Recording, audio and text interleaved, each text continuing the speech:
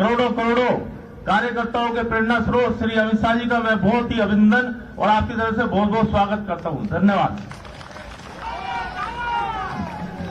इसी कड़ी में मैं अपने देश के, राष्ट्र के नायक, महानायक, जिन्होंने हम सबको सनातन धर्म से लेकर बहुत कुछ दिया है, ऐसे गृह मंत्री, यशस्वी माननीय गृह मंत्री जी को आमंत्रित कर रहा हूं आप सबके बीच में।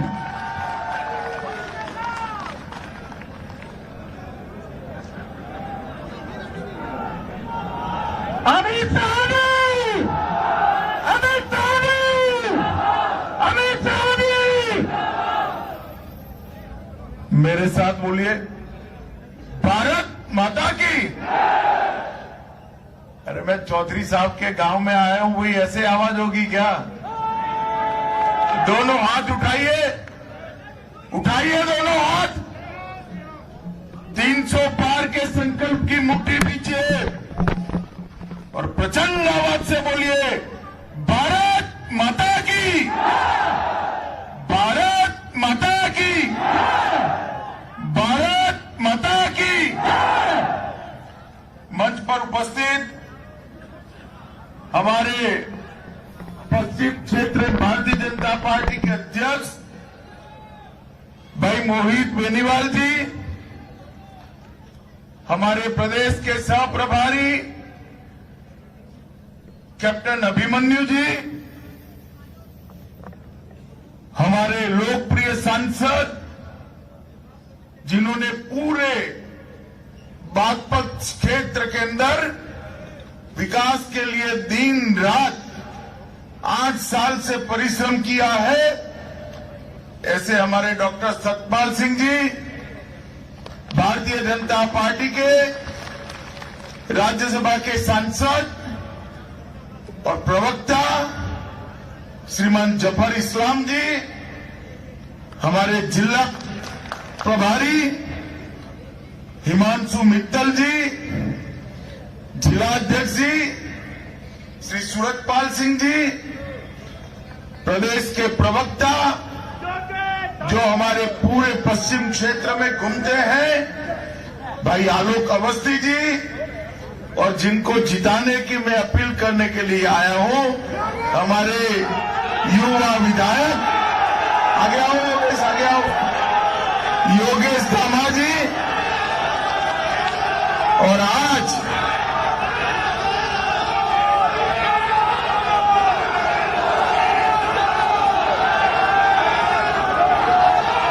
मित्रों, आज की सभा में उपस्थित प्यारे भाइयों, बहनों, माताओं और मेरे जिगर के टुकड़े जैसे युवा मित्रों,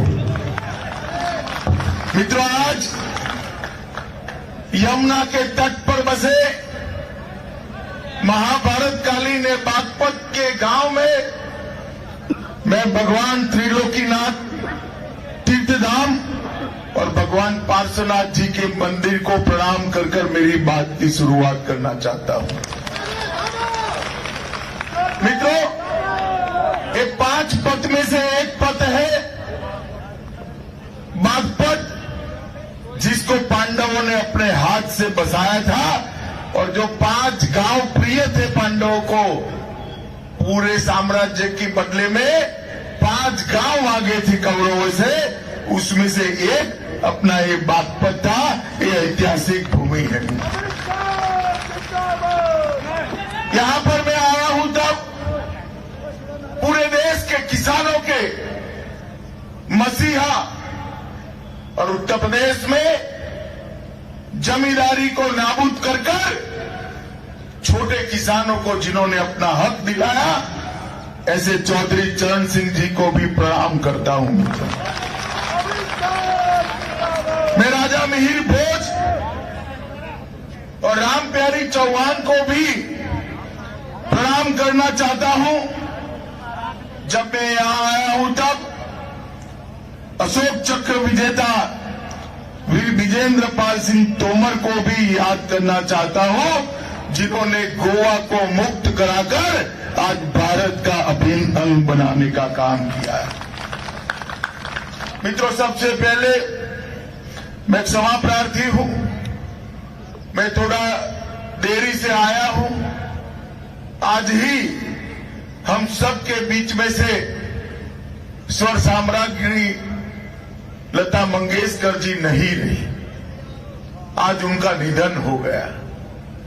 सुबह लखनऊ था, वही समाचार मिला। आज पूरा देश लता जी को याद कर कर उनको श्रद्धांजलि देता है। आज मैं भी पूरे मंच की ओर से और भारतीय जनता पार्टी की ओर से लता जी को श्रद्धांजलि देकर मैं अपनी बात शुरू करना चाहता हूं। मित्रों, उत्तर प्रदेश में ये चुनाव है।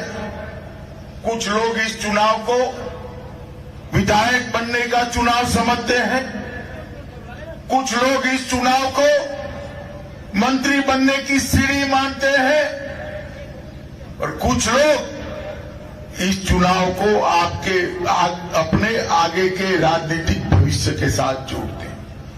मगर माताओं, बहनों, भाइयों, ये चुनाव किसी को विधायक या मंत्री बनाने का चुनाव नहीं है। ये चुनाव उत्तर प्रदेश का भविष्य निश्चित करने का चुनाव है, उत्तर प्रदेश को आगे लेकर। ये चुनाव निश्चित करने वाला है कि आने वाले दिनों में फिर से एक बार यहां माफियाओं का राज चलेगा या कानून का राज चलेगा। ये चुनाव सुनिश्चित करने वाला है कि देश का सबसे बड़ा प्रदेश हमारा उत्तर प्रदेश फिर से एक बार दंगों की आग में झुलसेगा, यहां विकास का रास्ता प्रशस्त होगा, वो निश्चित करने का चुनाव है। ये चुनाव ये तय करने का है कि रॉ शुगर इंपोर्ट कर किसानों को गन्ना न मिले, गन्ने का दाम न मिले, गन्ने का भुगतान न हो, ऐसी सरकार लानी है या 1,53,000 करोड़ का भुगतान कर किसान को गन्ने का भुगतान करने वाली सरकार लानी है। लोग जात पात की बात करते हैं, जो कुछ लोग धर्म की बात करते हैं, वो चुनाव को गुमराह करने चाहते हैं। मैं आज यहां पर आया हूं, मैं 2019 में भी आया था, 2017 में भी आया था, 2014 में भी आया था। मैं आज कहना चाहता हूं मित्रों, हमने ये 7.5 साल में उत्तर प्रदेश को बदलने का काम किया है, उत्तर प्रदेश को विकास के रास्ते पर ले जाने का काम। अभी पुलिस हेडक्वार्टर से मैं यहां आया, कितना अच्छा हाईवे रोड बना हुआ पड़ा है। मित्रों, सिर्फ बागपत क्षेत्र के अंदर मेरे पास पक्का हिसाब है, 3400 करोड़ से ज्यादा के काम सिर्फ 5 साल में हमारे सांसद ने अलग अलग जगह से करा है, सिर्फ बागपत लोकसभा क्षेत्र। और उत्तर प्रदेश के अंदर नरेंद्र मोदी जी ने इंफ्रास्ट्रक्चर का एक बहुत बड़ा जाला बुना है। गंगा एक्सप्रेसवे हो, ईस्टर्न पेरिफेरियल रोड हो, बुंदेलखंड हाईवे हो, या फिर बागपत को हरियाणा के साथ जोड़ता हुआ ब्रिज बनाने की बात हो, हर जगह पे नरेंद्र मोदी जी ने उत्तर प्रदेश के विकास की नींव डालने का काम किया है। और इसके साथ साथ उत्तर प्रदेश के हर गरीब के घर में मैं फिर से कहना चाहता हूं, भाई अखिलेश, जरा कान खोलकर सुन लो, गरीबों की बात करते हो आप, कान खोलकर सुन लो। उत्तर प्रदेश के 1,82,00,000 गरीबों के घर में 70 साल तक बिजली नहीं आई थी, वहां बिजली पहुंचाने का काम हमारे नेता नरेंद्र मोदी ने किया है। 2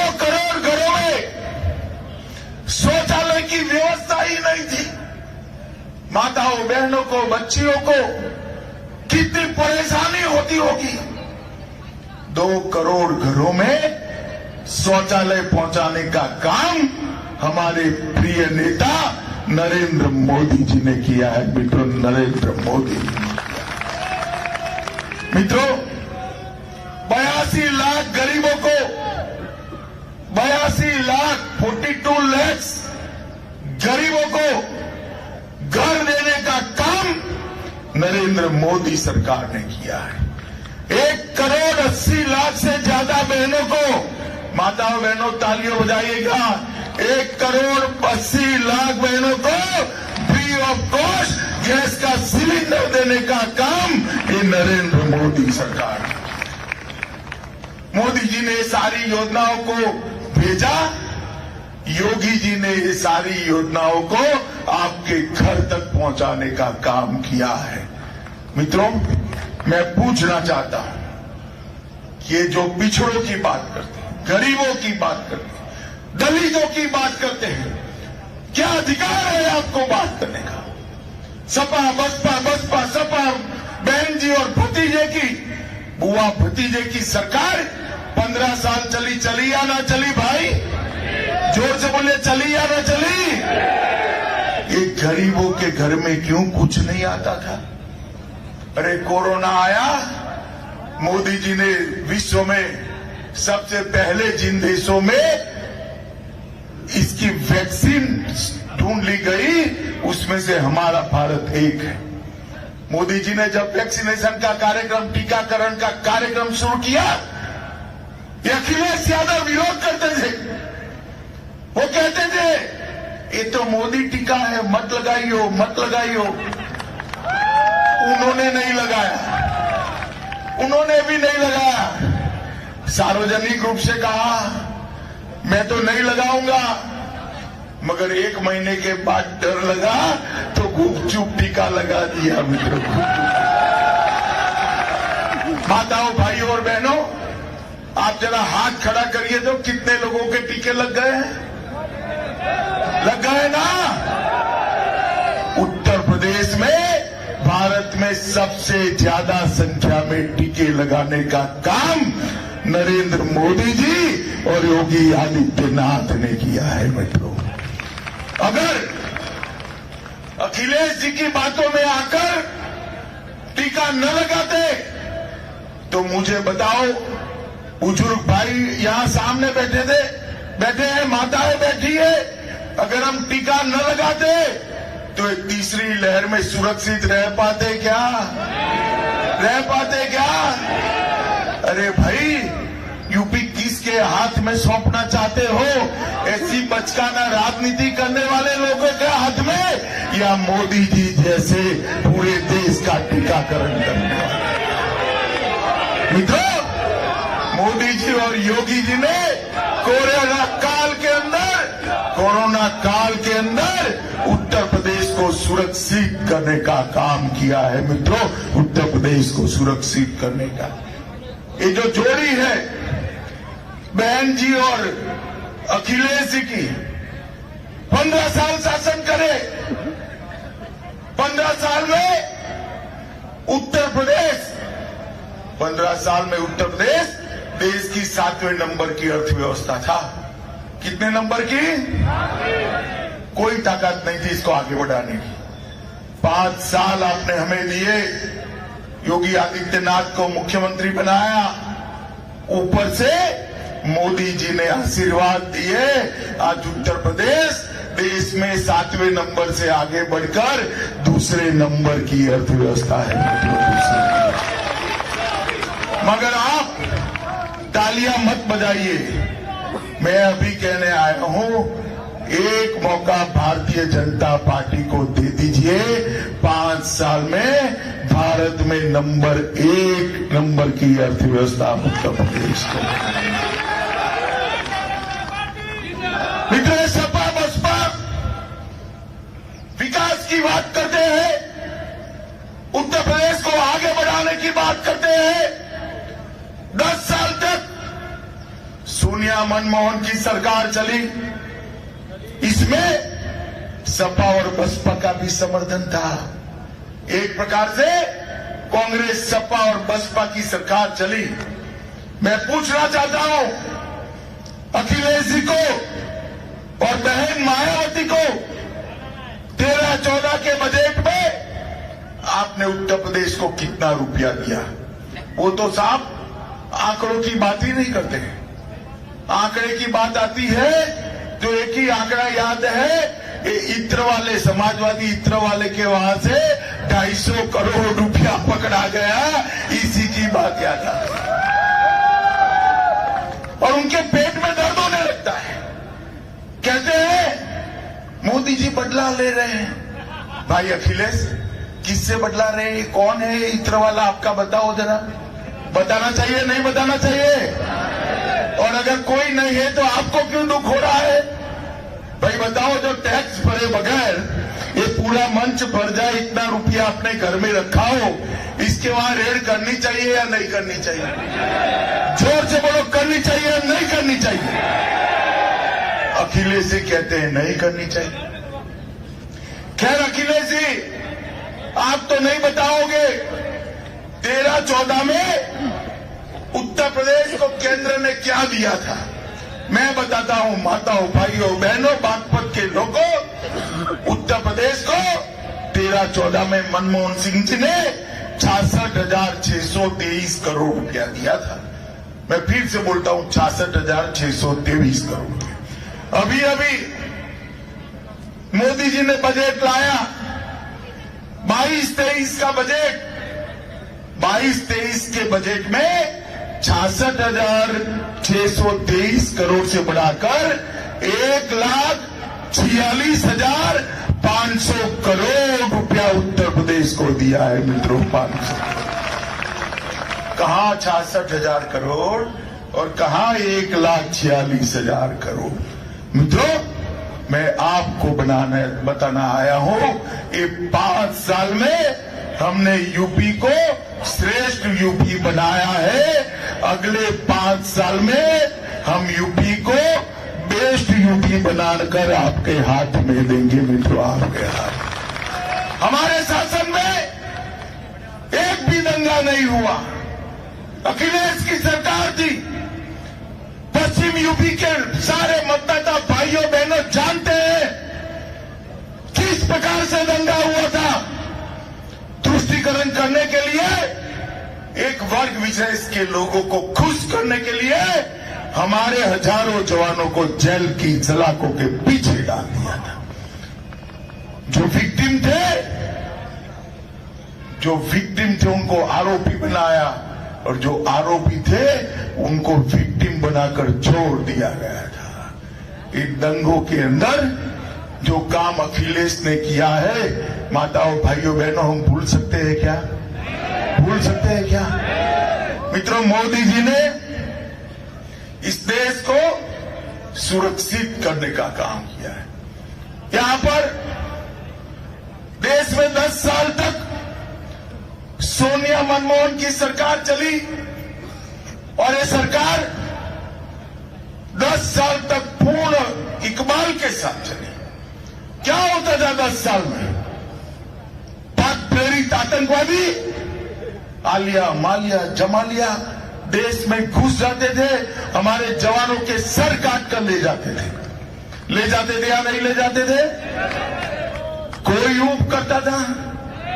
कोई विरोध में बोलता था? आपने 14 में हमारे सांसद सतपाल जी को चुना, मोदी जी प्रधानमंत्री बने, उरी और पुलवामा में उन्होंने फिर से हमला किया।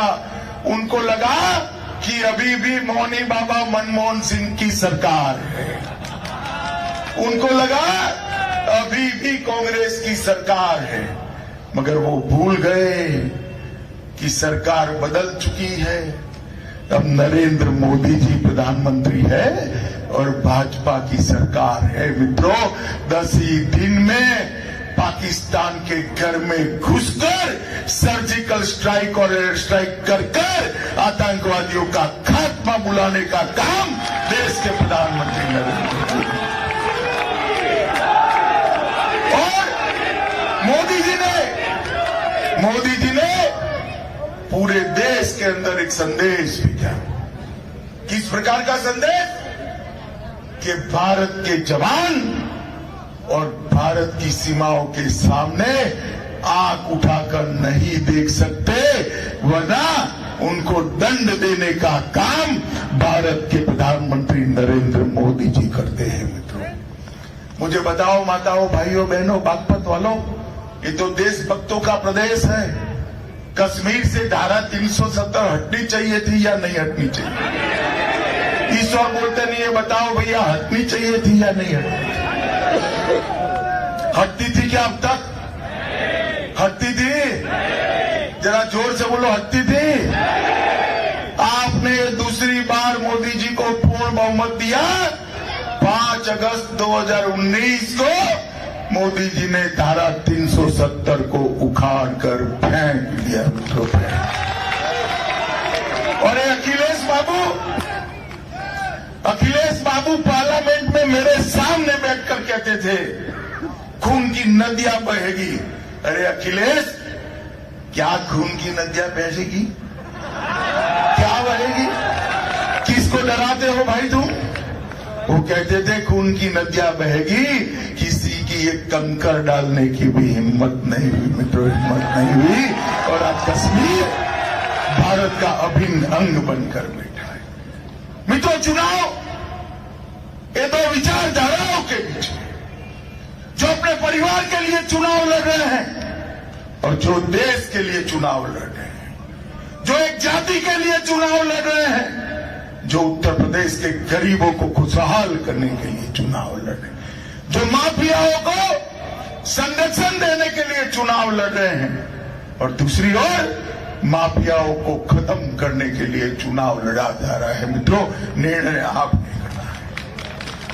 किसी को मत देखिएगा कौन विधायक बनेगा, कौन मंत्री बनेगा, कुछ मत सोचिएगा। सुबह सुबह जाकर आपका नाम भारत माता की जय बोलकर, आपका नाम देखकर, आपकी पर्ची कटवाकर कमल के निशान पर बटन दबा दीजिएगा। उत्तर प्रदेश के अंदर शांति। मुझे बताओ, करेंगे क्या आप? अरे सुना ही नहीं पड़ता है भाई। करोगे क्या? पक्का करोगे? कमल के निशान पर बटन दबाओगे? दामाद को विधायक बनाओगे? योगी जी को मुख्यमंत्री बनाओगे? मोदी जी के हाथ मजबूत करोगे? तो मेरे साथ दोनों हाथ उठाओ, 3 से पार का संकल्प का मुट्ठी बीचिए और प्रचंड आवाज से बोलिए, भारत माता की, भारत माता